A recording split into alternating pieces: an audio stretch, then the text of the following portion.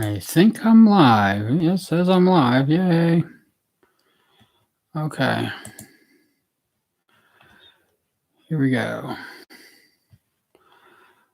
Let's find. Let's get to where we need to be.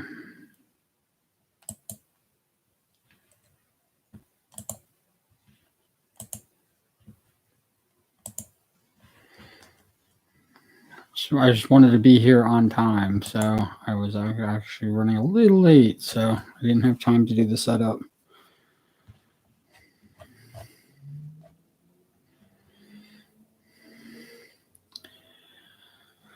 But nobody's in the chat, so I'm still good. Everything's fine.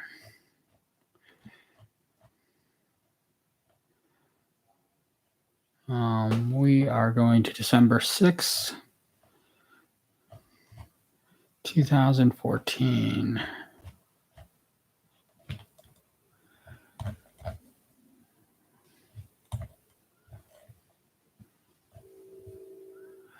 One of the problems that I have is that the very next year, all of these Seanisms, every post came up in their basically their 1 year anniversary, and I rescheduled them, so they're all back up. Yay!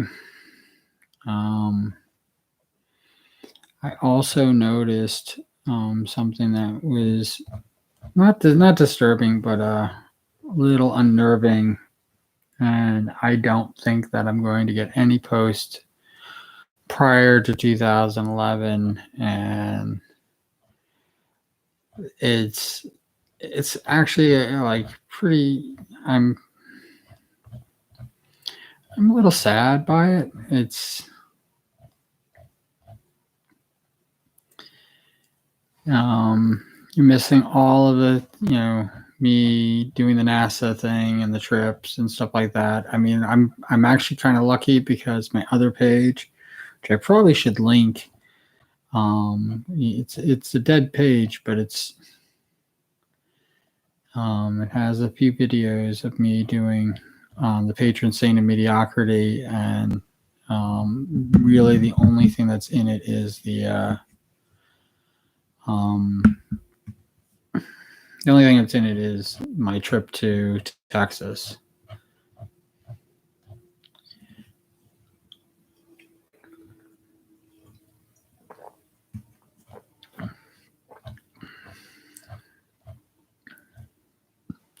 Still, nobody's given me permission to use their names. Nobody's name is being used. A few people that I've actually had personal contact with still don't even know that I have a YouTube page, which I thought was kind of funny because I went against what I said I was going to do, and I actually did a post. So it shows you it's kind of like the feather in the cap, as it were. Like, why I hate oh, this is loading really slow. Just like the feather in the cap of why I hate Facebook. And it's kind of a shame that I produced a lot of content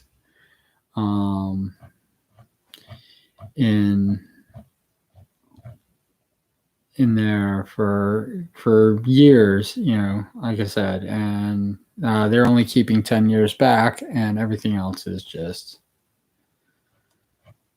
gone. It's all gone. Everything's gone. So we don't get any of the stuff that I had prior to 2011, and on the other side is that during a lot of the times actually really busy working, and I didn't have a lot of time for Facebook. So some of the years are just basically literally like me checking in, and I don't read those posts. It's only the Only the laps. I only read the lap post. Long ass post. Only read those. I'm not. And if it's dealing with somebody else that I personally know, I'm skipping over those. If they're like literally just saying hi and stuff like that, I haven't been reading any of those posts either. Wow, this is taking a lot longer than I thought it would. It almost took me an hour before, so to get to to find it, yeah, I actually went, an hour in, and this is going to be really interesting.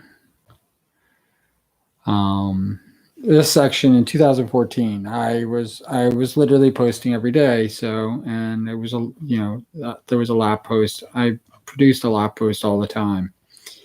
And this had two objectives, obviously to get my thoughts out on the page and to think about a novel that I was writing. That's why this is a novel idea.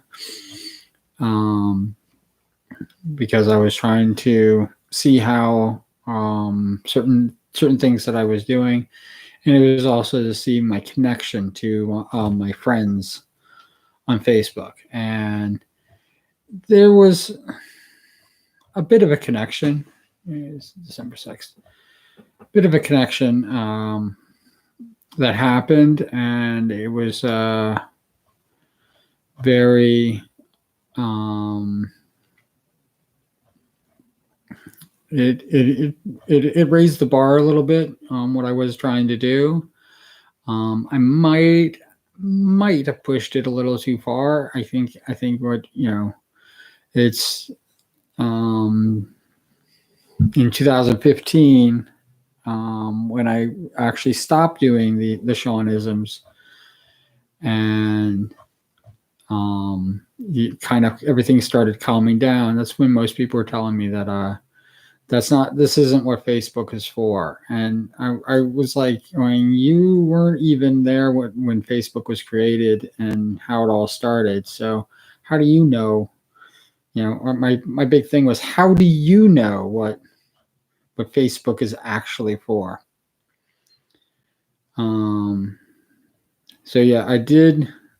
Just a quick recap on it was I did the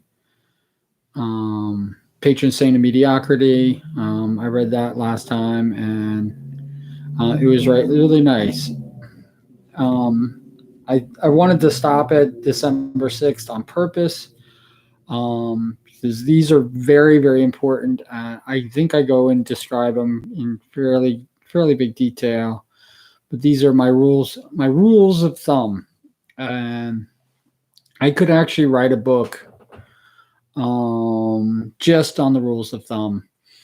I like I said, I don't want to get into the fact that we only have two thumbs and I have three rules. But I think I get into that a little bit. So we're going to just start it off. And December 6th, 2014. Rule of thumb number one. Actually, I think we're going to light it out.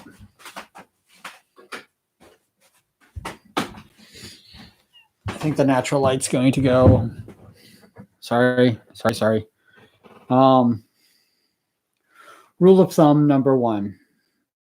And this is in quotes, obviously. Be happy with what you have.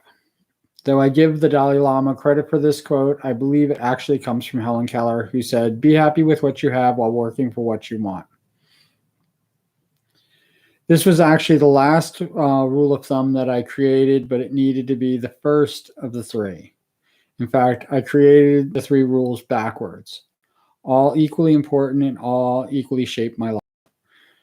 The history of the rules of thumbs varies from the Christians believing that the rule of thumb, treat others as you want them to treat you, to tailoring the measures with their to tailors that measured with their thumbs alterations. However it started, there seems to be only one rule to set the standard in the beginning. If I were to have only a single rule and the ability to find happiness within the confines of what I already possessed and my current state, this would be it. As for following this rule, it's not easy to give up on want or to become unhappy because of the things I do not have right now. In fact, becoming upset, angry, frustrated, and even a little self-destructed is very easy. Being grateful that I have a job, a loving wife, a family, and the ability to create and even communicate these words is something I struggle with daily. So taking a moment to take my personal inventory when the easy feeling come up can actually snap me out and want to do what is difficult, because the rewards have proven time and time again to be better than me spiraling out of control and in despair. This might be a strange concept for people, especially for those who want to tear me down, that I'm actually showing patience when I continually repeat myself instead of dismissing a person, in turn moving on to other things that are more important to me. Also, when I do inventory of myself, those bent on my destruction no longer have any power over me. They can't even scuff up my armor. The Dalai Lama actually said, human happiness and human satisfaction must ultimately come from within oneself. The root of happiness is altruism, the wish to be of service to others. And the more we care for the happiness of others, the greater our own sense of each other becomes. When I interpret as the same thing that Helen Keller said, working towards the things I want become unneeded because I am always working hard for the things I want.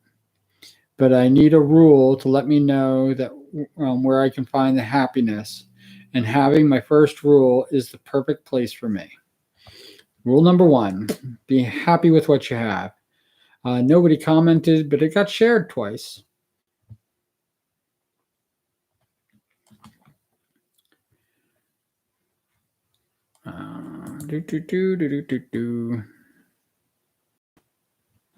December 8th. Looks like I skipped a day. Rule of thumb number 2, nothing is impossible. Or everything and anything is possible. This is very easy to understand, but it's a quick reminder that though the world is still filled with magic and mysteries, it doesn't mean that they're all working to help guide you to create the impossible. Sometimes we have to do it alone and on our own. So if we can think of it, dream it, or even breathe it, nothing is impossible. This is my personal mantra and battle cry. Not bad for a boy who lived his life detached and uninterested in the goings-on of man and women, instead of building a wall to keep others out. I tore them all down and invited others into my little world, thus expanding it greater than even I thought was possible. There's 2 comments, and this got shared twice.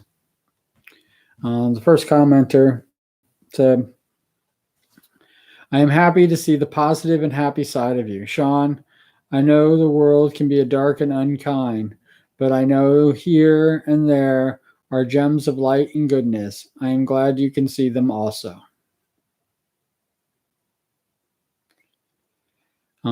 I said, without darkness, we would see no stars. And though I love the sun against my face, I would be lost without the stars to guide me home. That's the 2 comments. Yay.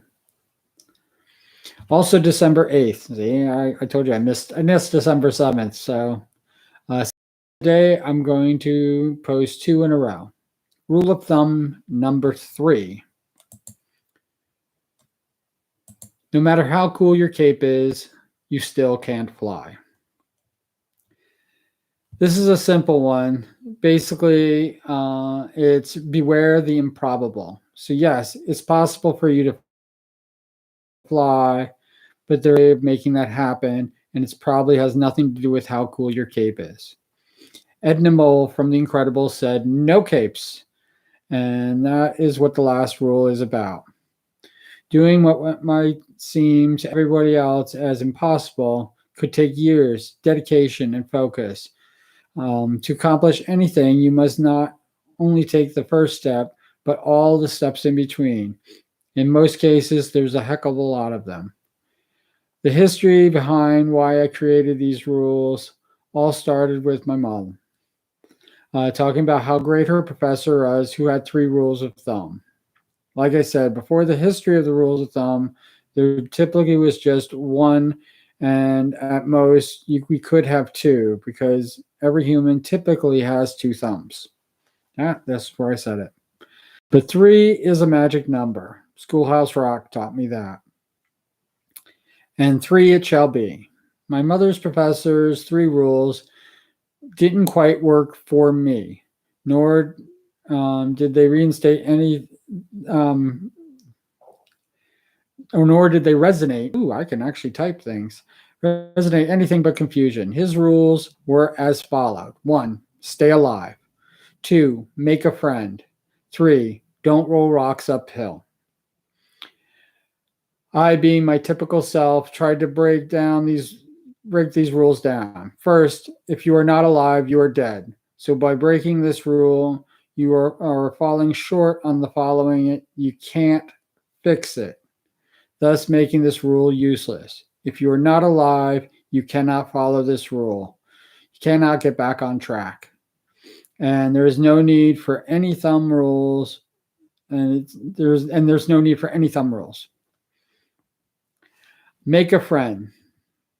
Is this with power tools in your garage? I think he meant to say be a friend, or basically be nice and you will have friends. That's something I could follow. It's something that I can affect in the world and make the needed changes to have friends if I wanted. Changing the wording a little, I could even and have it many times referenced.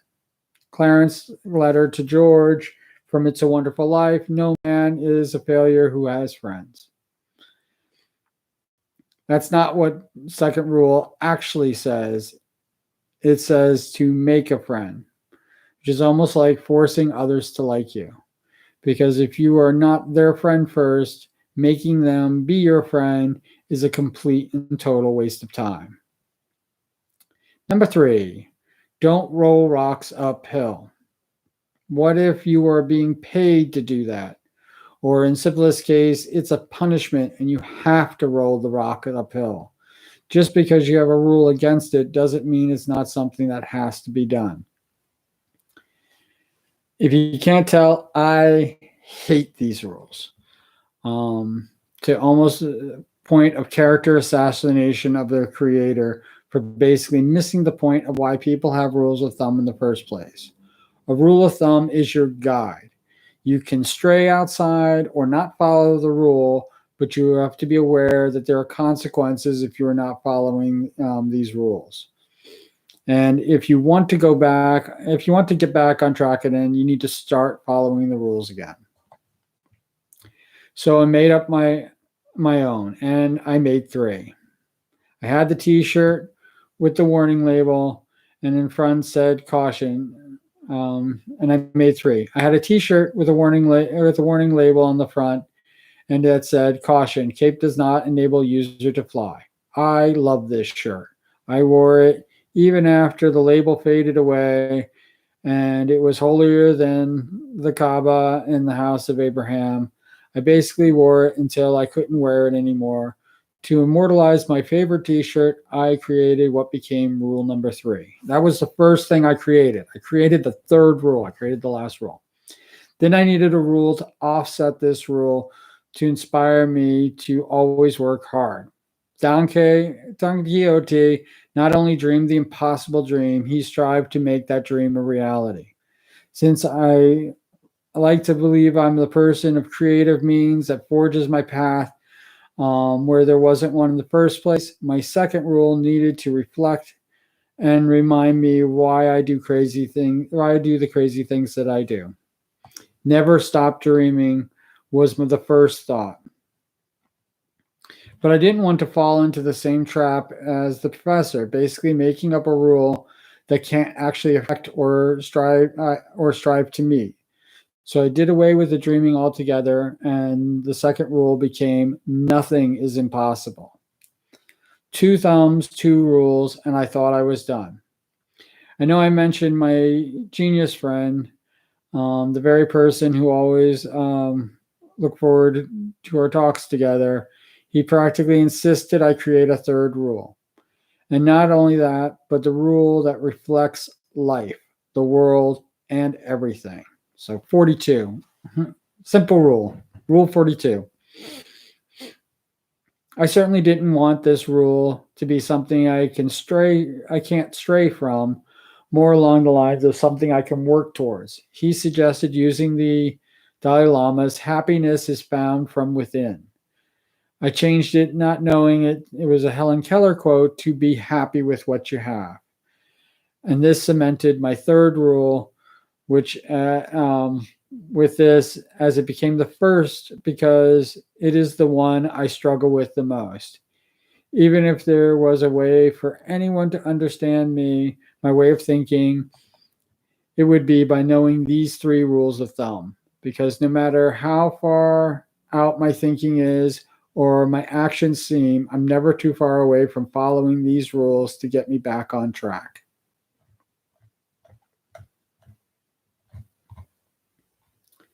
And there was, looks like 4 comments.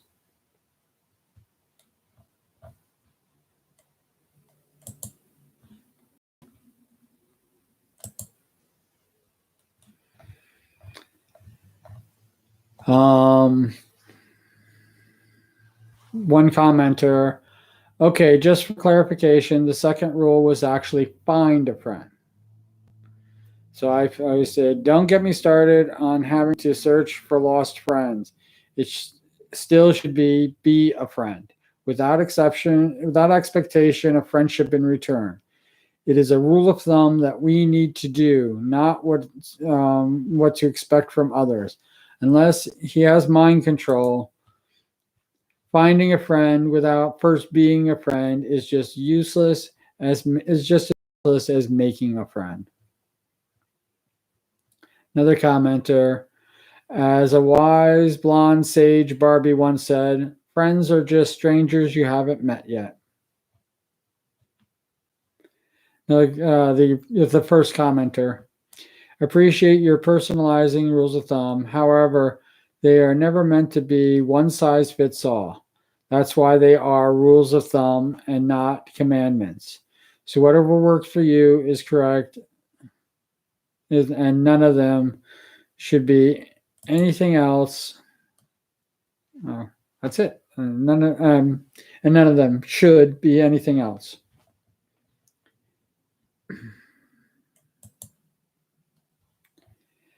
I said, yes, I've openly criticized someone else's rules of thumb. The reason I'm still confused by them is because a rule of thumb, like a measurement for a tailor, is supposed to improve your judgment. Yes, finding a friend could mean the best way to search for a friend is to be one yourself, but the rule becomes the result, not something to follow. That would be like having a rule, find $1 million. It's not really a rule. It's more of a want with no direction. Now, my rules of thumb certainly are personal to me and me alone. I don't expect anyone to follow them, nor will misfortune fall upon them if they don't. I have found with my short little time I've been on this earth that my 3 rules seem to be working best for me when I follow them. Sure, your former professor's rules work for him because he doesn't do anything to follow them. In fact, one of his rules is very clear to not do something. If that works for him and it doesn't matter how confused I am about his rules, I like the rules that remind me. I need rules to remind me what is right. I like I like rule that reminds me that I need rules to remind me of what is right if I die. I will no longer have if I wow, I talk about kludgy mess. I like that. Remind me. I need rules to remind me what is right. If I die, I will no longer have any use for my three rules. And that's where it ends.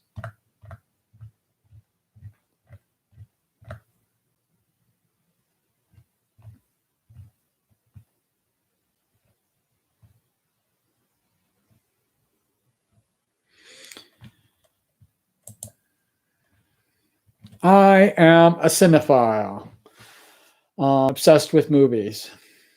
Cue Michael Bolton's Jack Sparrow. Some people actually think that I hate movies since I tend to spend a lot of time when talking about movies, mostly talking about what is wrong. The truth is, I actually love movies, even the bad ones. I have my list of 10 movies that are going that are my go-to movies. Basically, I will sit and watch if they're ever playing. I am a sucker for quoting lines and tend to quote most movies all the time. Almost mixing and blending the lines together to have whole conversations based solely on quotes from different movies. I tend to not hang in there. I tend to not hang in there as long as I would like, but it's certainly fun to do. So why would anyone think that I hate movies? Well, most movies I tend to dismiss because the filming was done horribly. The script seems like it was written by a 9-year-old, and the special effects look so bad it breaks me out of my movie trance. The pacing is clumsy, and most of all, plot holes ruining my suspension of disbelief. Movies, to me at least, are a magic trick, using exposition to bring me in, hold my attention to the point of being music and visual images. They play almost like the Pied Piper of Hamlin. The Pied Piper of Hamlin. If I can read my writing, I'd be doing great. Luring me away from reality and bringing me into a world. If the music breaks, for example, the script not being the thread holding everything together, I'm casted out of the world and I can never return. It could be something as simple as an actor running into the backdrop, the editor failing to splice the music properly to a scene.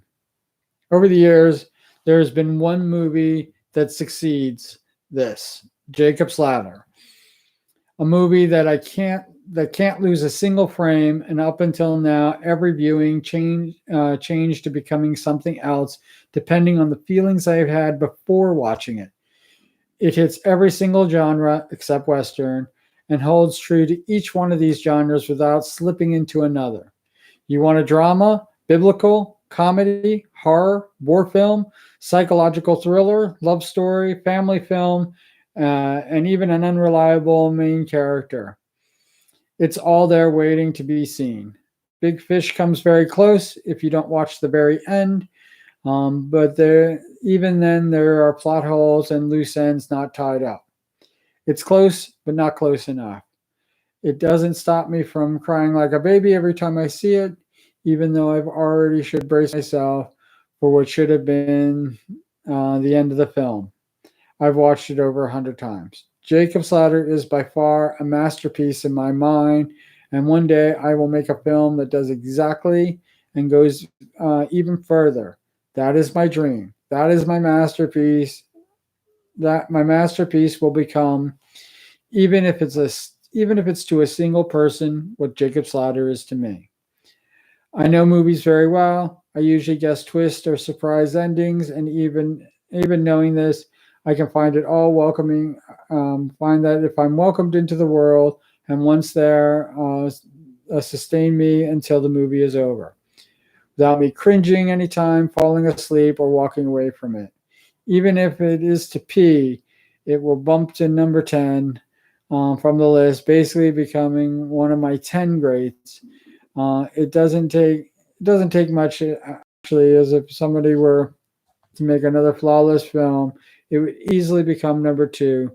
The number one spot is a feat that I continually dare filmmakers to make, but even the few greats seem to rise to the challenge and fall like Icarus for getting too close to greatness.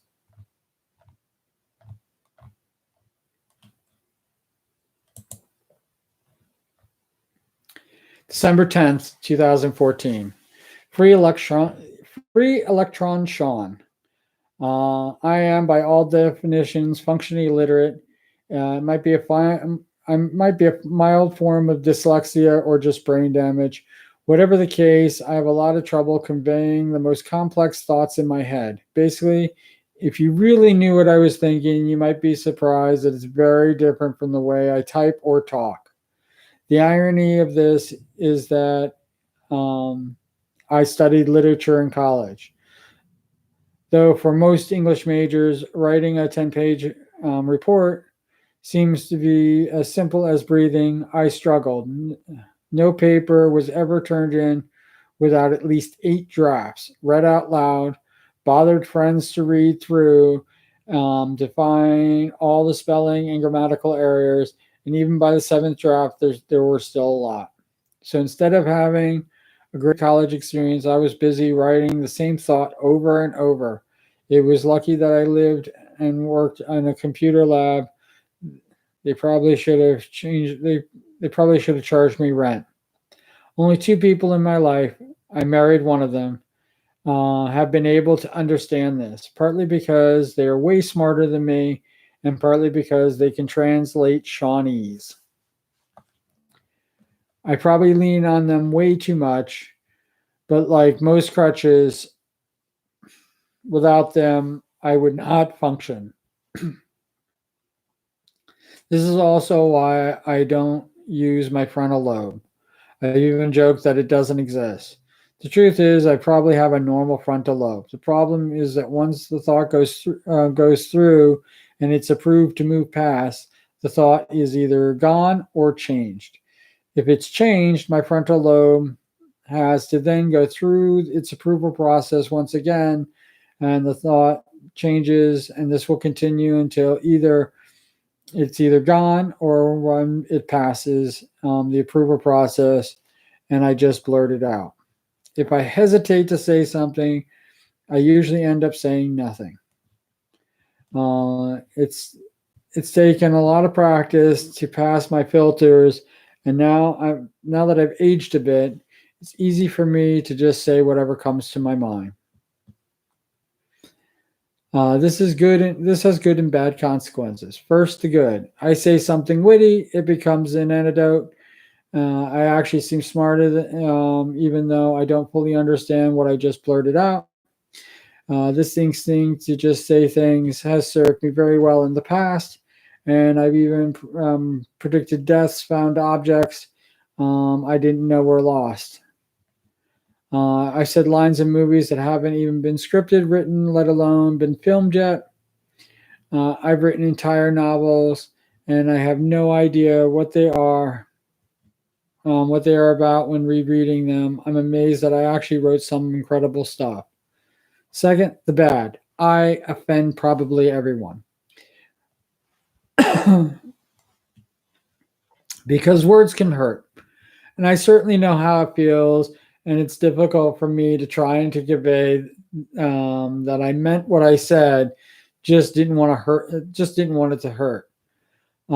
Things become gibberish when lacking a filter. Not only does the genius come out, but everything else does as well. And discerning difference, especially when I don't understand it myself. It's a puzzle wrapped into a riddle. I think of it as a painting on canvas, blindfolded and hogtied to the back of the canvas with all the brushes on the other side. In order for me to paint, I have to hop around. If I think too long about where the color brush is that I want to use, the color changes. This is what my thoughts feel like to me. Remembering things is entirely different experience. I either have perfect eidetic recall to the point where I can actually feel the environment that changes, feel the environment change to that moment, where everything that is being said or even the taste of the food is like it's happening. And the very moment that I recall, um, in the very moment that I'm recalling it, or it's fuzzy to non existent at best, and I just try my best to use the conversation and reactions of the people I'm conversing with to hide the fact that I have no clue what I'm talking about. Doctor once told me that I might have early onset dementia. But this method of memory recall has been this way for as long as I could remember. One constant is I never feel like I fit in or I belong anywhere. In my 20s, I acquired the nickname Free Electron Sean. I got this name because it didn't matter which group I was with, geeks, nerds, jocks, gun nuts, religious orders, writers, artists, dweebs, spiritual questers, Southerners, Northerners, Midwesterners, Westerners, um, musicians, prodigies, or any other classification or label that you can slap upon a person. None of these labels ever stuck with me very long. In some cases, merely hours. Even being called Free Electron Sean is a nickname that I haven't been called in over 15 years. Not only did I, not that I didn't want to belong to something, I just have trouble understanding how to belong. I've always wondered what it would be like to meet someone like me in China, right? I would settle for just one more.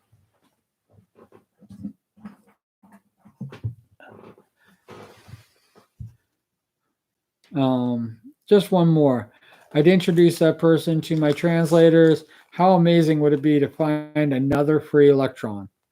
Then again, I thought about this too much and would probably become my nemesis. That would be very bad. At the same time, making my life very interesting. In any event, I always have the song to remember my old nickname. One of these things is not like the other. One of these things, yeah. Uh, Sesame Street teaching us that being different is bad, but I didn't see it as being bad. I saw it as how things don't belong, and when something doesn't belong, you try to find where it actually fits in. December 11th, Pink Floyd, The Wall.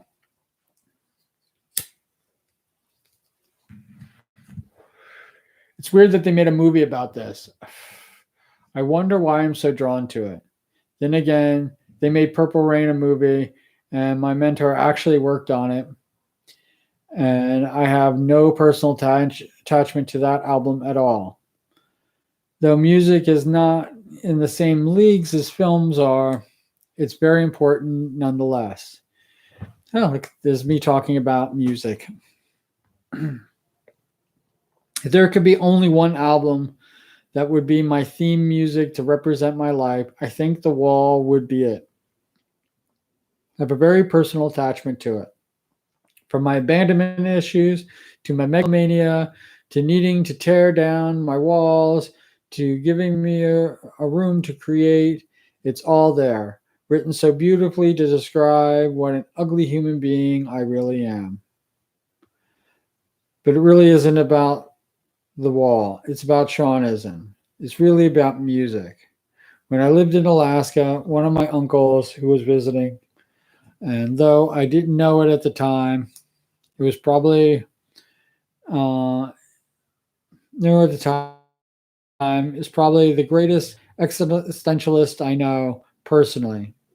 But he said something that could have been a joke or an offhand comment because he was thinking of something else, and it was that I was the reincarnation of Jim Morrison. Happy birthday, Jim.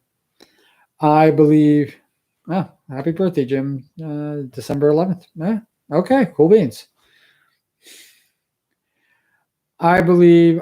I believed him, and even though I was alive months before Jim's death, I spent most of my childhood carrying this burden of greatness that I spent years believing that I was going to be a frontman poet of a band that will redefine music for my generation.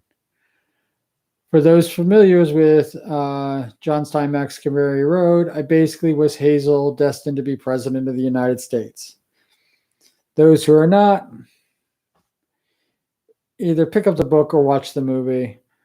For a 4-year-old, it was a lot to take in. I spent many years listening to the Doors, reading everything I could get my hands on about the life and death of Jim Morrison, which, unlike when I sing any other song, um, I've actually been complimented on my ability to sing Doors songs. Though when I hear it played back, I sound more like Ray Manzarek and less like Jim Morrison. Practice writing poetry, took up a lot of Jim's epistemological quandaries, almost searching about how to complete them. This is when I learned to immerse myself into something. When I discovered that I couldn't possibly be him. Oh, um, this is where I learned to immerse myself into something. When I discovered that I couldn't possibly be him, I was devastated. Like a ship that had lost its rudder in the middle of the ocean, I still love the music by the Doors, but now I lean more towards Ray, the musical genius behind the band, and less towards Jim. Like I said before, if I could meet that 4-year-old, he probably would be very surprised that he didn't become the first rock star to play in space with the stars. Even though I was going to be a famous musician, I still was going to go to space at some point. But I always seemed to love music. My adoptive father opened me up to the classics and even musicals, which I always seem to surprise people when I start singing songs from movies like Porky and Bess or The Magic Flute, or sometimes singing these songs without the music playing. Maybe they're not surprised that I'm singing. Maybe the looks on their faces are because they think I'm crazy, which they're probably right. You don't have to think it. Then there's the current music. My previous job had me driving all over New Jersey, and I was stuck without a CD or tape player and had to listen what was on the radio. It might be my ear for music or because the songs played over and over again. It basically kept me current with the popular songs of today. I strolled into the office because the song is an earwig stuck in my head and I have no filter, so I just let it out. I made no bones about it. I believe everyone thought I was crazy, and even in a small way, I thought that same thing myself. 2 shares, no comments. December 12th, 2014. The Word of Sean. No, this is not another losing or finding religion post, nor is it me talking about writing or being a writer. This is about something I don't give lightly and have become very disappointed in others who break it. My word. I've said in the past that the total sum of a person can be measured with how well they keep their word. I'm no exception. I hold myself to even the highest of standards when I give my word. If I say something, I usually mean it. I do not threaten, nor do I say things lightly. For example, I found myself as an emergency medical technician in Michigan because of a stupid law they just passed to allow if I found myself as an emergency medical technician in Michigan because of the stupid law that they just passed allowing EMTs to not treat homosexuals, I would blatantly ask anyone who needed help how they feel about homosexuals. If they responded that they hated them, I would refuse to treat that person, not because I'm physically unable to, but because it's against my word. Sworn oath and duty. Because I wouldn't take that lightly either. It would be a simple fact as simple fact that they passed a law which allows me to discriminate and that's how I would choose to use it. Sounds a bit hypocritical of me. First, I swear the Hippocratic oath to do no harm, and then I refuse someone who needs my help. See, that is hypocritical. First, I never said that I would do no harm to a bigot, and the second, the law allows me to discriminate, and this is how I would choose to follow the absurd law that is changed to never allow an EMT to discriminate against another human being for any reason. I do not see it as splitting hairs. I do not have the emotional empathy to trade my personal convictions to save someone. I do not have the emotional empathy to trade my personal convictions to save someone I do not have to save.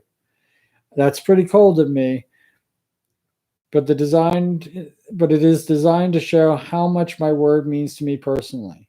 That is why I don't make promises, except to my wife.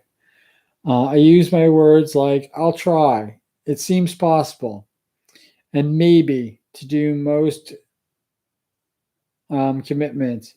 Even the negative, I tend to probably try and probably not. I tend to use even the negative. I tend to use probably not. Doesn't seem to be, or not likely. It's not likely that I will all of a sudden become an EMT in Michigan.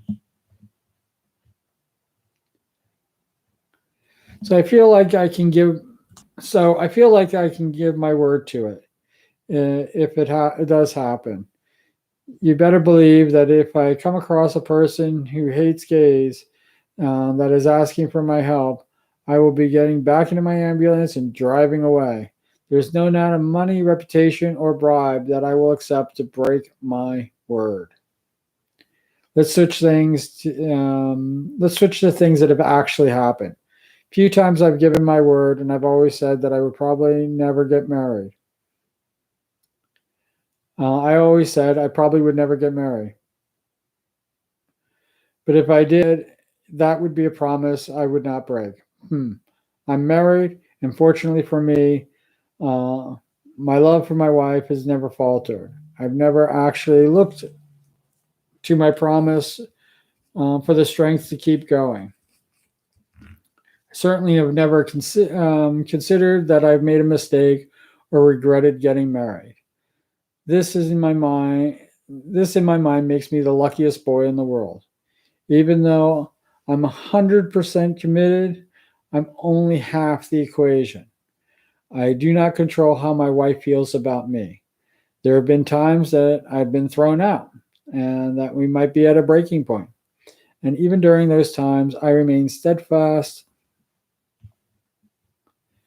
and will hold on to my promises because of my promise to her. I will do everything I can, no matter how much it hurts, especially emotionally, to give her what she wants, because it will obviously be if she doesn't want me in her life anymore, it will obviously be not me. If she doesn't want me in her life anymore, it will not be me. I am not a robot, and I will probably grieve for a long time, almost as if she died. The downside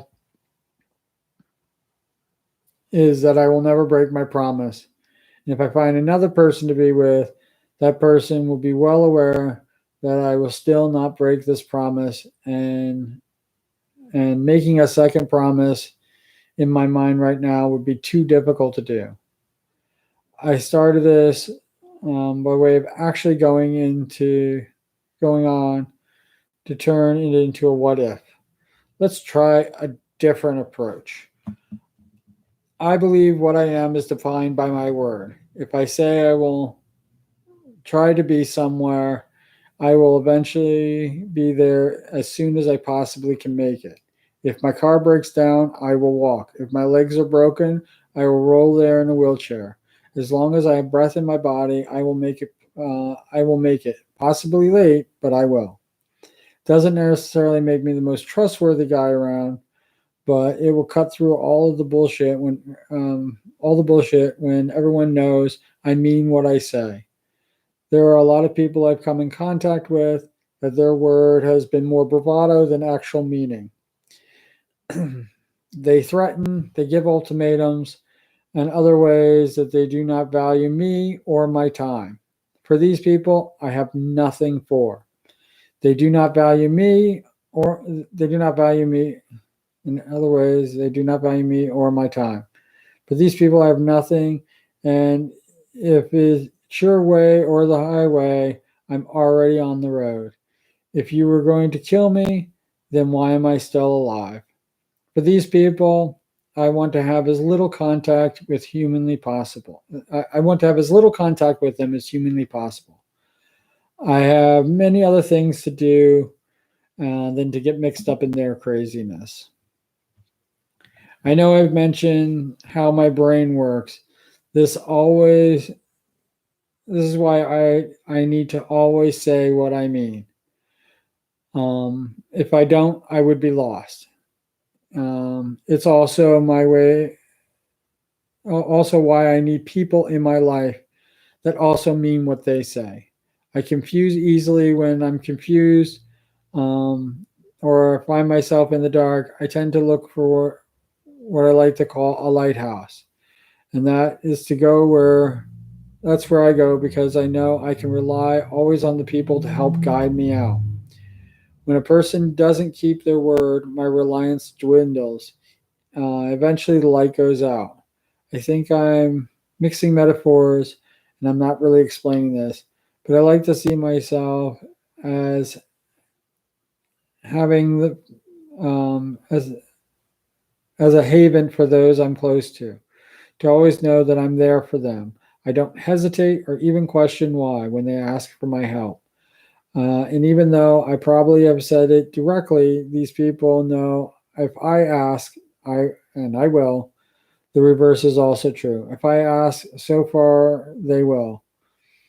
If I could just said instead of everything else, then again, at the suggestion of my wife, I'm not pre-planning these Shawnisms, so I don't really know where I'm going or what I'm going to type or where I'm going to take them. All right, that definitely a lap post, long ass post. Oof. December 13th. Welcome to the fourth dimension. Unlike other posts, I'm just going to say it. The fourth dimension is time. I'm not the first to come up with this concept, and I've not really expanded on it. But the only way I can understand it is by looking at the third dimension as it sees the second dimension. A flat slice that can only move in all directions except up and down. Now, thinking of the fourth dimension as the third dimension, we get time, giving us our up and down. From the moment we are born to the day we die, all encompasses the fourth dimension, which we call time. We have clocks and watches that monitor it, and it doesn't allow all flow the same from the moment to moment. Most we tend to lose time, especially when we are not thinking about it. We seem to go faster than we wish, and though people dread these moments, I tend to drag on for them seemingly forever. No matter what we currently do, once we travel to the next moment, we currently can't go back. But what if we can flip our perception and have a clock watching time, seem moving quickly, and those moments that we won't not become memory drawn out because a bit longer. To a small degree, I've accomplished this. I usually assume that everyone else as well. My assumption is that they've always been proven wrong, but my brain doesn't seem to be able to comprehend that this is a fact for everyone. Now I need to switch gears or at least get back on track. The best way to describe this is with a car accident. I've been in 18 all totaled up, including the ice cream truck. Most of them minor, several of them should have been killed me, but didn't. All of them have one thing in common. The transfer from one third dimensional world to the next took longer, or my brain was able to process all the senses faster. Now, I said that my brain, not my body, and didn't gain super speed or strength, or even though the information was coming in at an alarming rate. My understanding of the world still remained constant. Though I have never been to space, I attribute the feeling as if the laws of magnetic and gravitational pulls of the Earth no longer existed, and once that feeling leaves, the forces of the Earth are very present, and in the best way describes the whole world wants to squeeze or pull me apart at the same time or moment, same moment. So far, my body has been able to withstand this feeling. That's what I was fortunate, but it's not what this post is about. This amount of capturing the time in three-dimensional space, or infinitely small split second that seems to last almost infinitely long. Time stop. Not exactly stopped, but slowed down as if I were watching a clock. The last major accident was with an ice cream truck. Three tires blew, and I was going 45 miles an hour, and the truck became out of control, and a car in front of me, about 3 football fields in front. If you're doing Shaw math, consider it a small number. Hit their brakes and pulled to the side of the road. Not knowing what to do with the ice cream truck already veering sideways, I jammed the brakes. Said, "This is going to hurt," and the truck began to flip. I don't know how many rotations I did, but somewhere in all of that, time stopped. I could feel it almost. I could feel an almost joy reach across my body. I could see the grass on the side of the road already filled with parts of my cargo of ice cream, while bits of ice cream, all broken glass, stood motionless. I wasn't breathing. I couldn't even feel my heartbeat, which was racing out of control just before. The sound of twisting metals were silent. I could even see the stars in the sky, and the only thing I think of is staying right here. The longer I held this moment, the more I could feel my body rejecting it. And then I blinked, and in the moment was gone, just like other accidents. The longer I held the moment, the harder the return into real time. Actually, in my mind, I was moving very fast, almost as if I was trying to catch back up with itself, and I was right. It did hurt.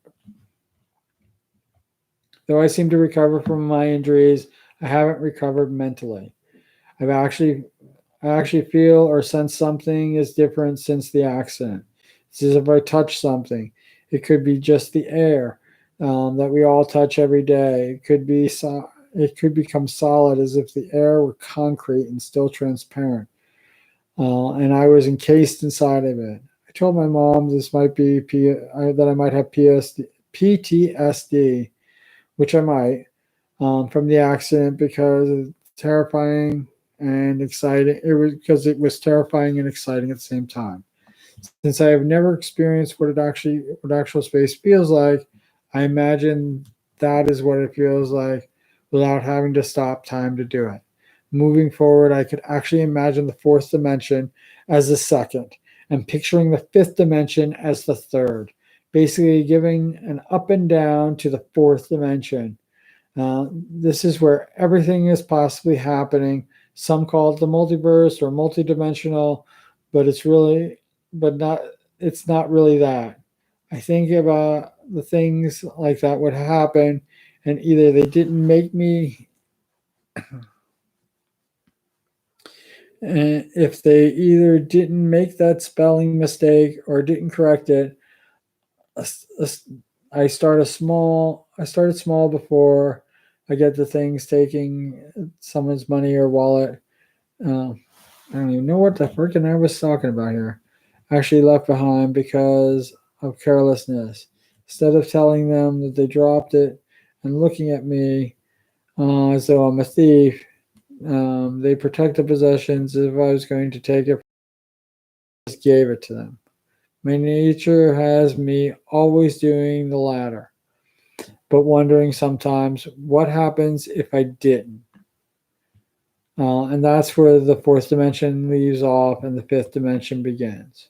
We can always continue this to the sixth or seventh or even endless number of dimensions, all centered around a single point, as small or as insignificant as a single point might seem. It becomes larger and bigger than things that we thought we could imagine. No comments, right? No comments. December 14th. It's already 7. Wow, the hour freaking just flew by. Neanderthals are Martians. And that's where I'm going to leave it off today. We are only at December 14th. I actually posted a picture of me in a Santa Claus outfit because I thought I was going to make it to Christmas. I am not going very quickly through this. We have 11 more posts before we get to Christmas. And there, Neanderthals being Martians is actually another lap post, which proves me right. I don't have anybody to say goodbye to, but I will say goodbye to this. Thank you for once again stopping by and seeing my. I hope you enjoy these. I'm actually having a great time looking at this. It literally is a walk down memory lane, and I have to stop. Not really stop. I have to consider where this is going and what the entertainment value is, because I think this really is more entertaining for me than it is for anybody else, and I can watch this all the time. All right, so we're all set. Cool beans. Have a wonderful night. Take care. Oh, wrong button.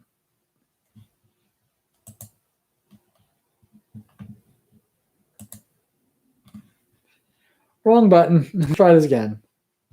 Now we're good. Cool beans.